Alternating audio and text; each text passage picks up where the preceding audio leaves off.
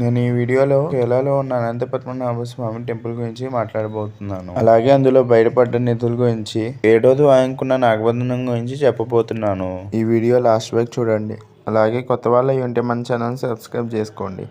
ఇంకా లేట్ ఎందుకు, పదండి వీడియోలోకి వెళ్దాం. అనంత పద్మనాభ స్వామి టెంపుల్.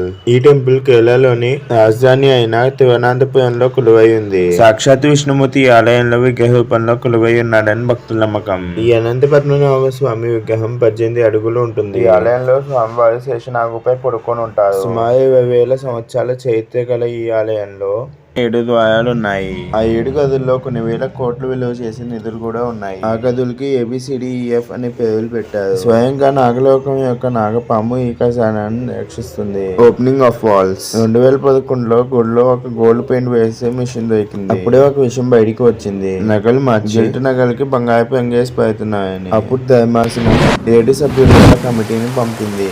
వాళ్ళ పని ఏంటంటే ఉన్న బంగారాన్ని లెక్కగట్టి సరిగ్గా ఉందో లేదో చూడటం.